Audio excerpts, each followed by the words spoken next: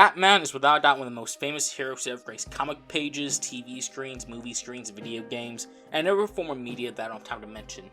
Because of its longevity, it can be hard to try and keep up with various different forms of Batman-related media, and that is an understatement. While I'm sure you can name at least 10 different Batman-related things, I'm sure you haven't heard of this piece of Batman work, because it hasn't been released, and that something is Gotham High. No, not the new Gotham High comic book that's out by the time this video is out, but trust me, we'll be briefly coming back to that in a moment. So, what is this version of Gotham High? Gotham High was originally supposed to be an animated television series from the duo Celeste and Jeffery.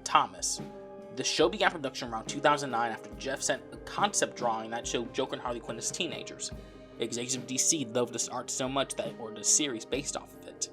The story would follow this rough synopsis that was given through Jeff and Celeste's blog back in 2011. We all go through incredible changes as teenagers.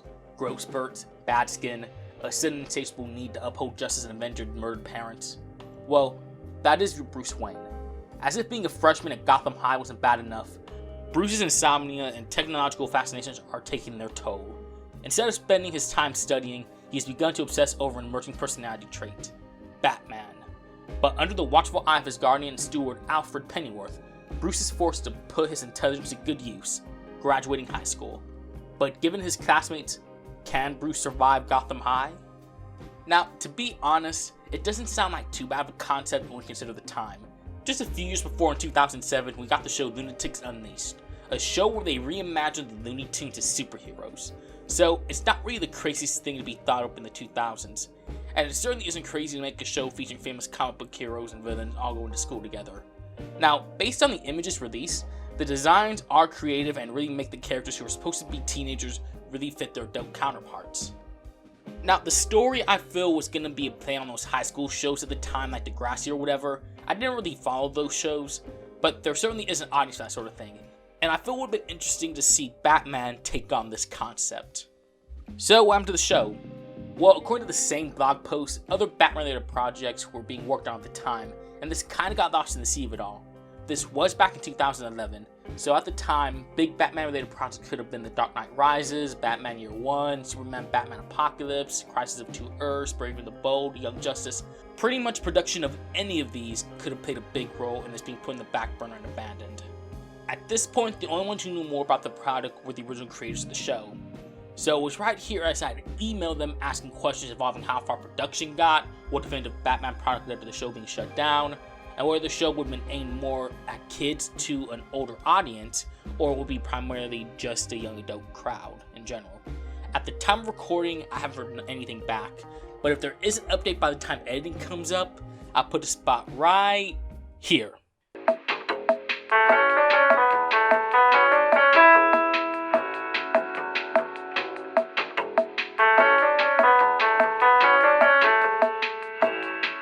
So, why bring this up years later? Well, in March 2020, it was announced that Gotham High would see the light of day as a young adult graphic novel telling a whole new story not like the one we could have gotten here. The graphic novel in question is written by Melissa De La Cruz, who has had history in comics that started all the way back in 1996. Now, a conspiracy theory I had is that there was a way to get the IP back out there when executives remembered this idea existed. Now, granted, this doesn't hold up because in an interview she was promoting the graphic novel, there is not one instance of the original Gotham High show being referenced.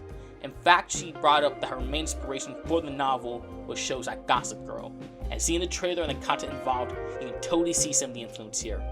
So, it's safe to assume no one thought of the original version of Gotham High when this was being made. So, what does this mean? Well, at the moment, all we do have are images released from the blog and synopsis telling us what the show would have been like. There is no way of knowing what direction it would have taken, or whether it would have skewed more like Batman characters in a high school show, or a high school show that has Batman characters in it. But aside from this thinking, it is actually a shame that we didn't get it all these years before. The concept does sound interesting and it's worth exploring as a whole. And besides, we kind of know this sort of thing, taking comic book characters out of their usual comfort zone and into something different, does work, in part thanks to shows like Riverdale. I'm not into it, but there certainly is an audience for this. So, who knows? Maybe the idea of Batman in high school could have worked out. Maybe it wouldn't have. The point is, we may never know for sure, and in the end, that's the most upsetting part about this whole thing. All I do know is that thanks in part of me finding out about this, if you ask me about Gotham High, my first thought is what we could have gotten with this.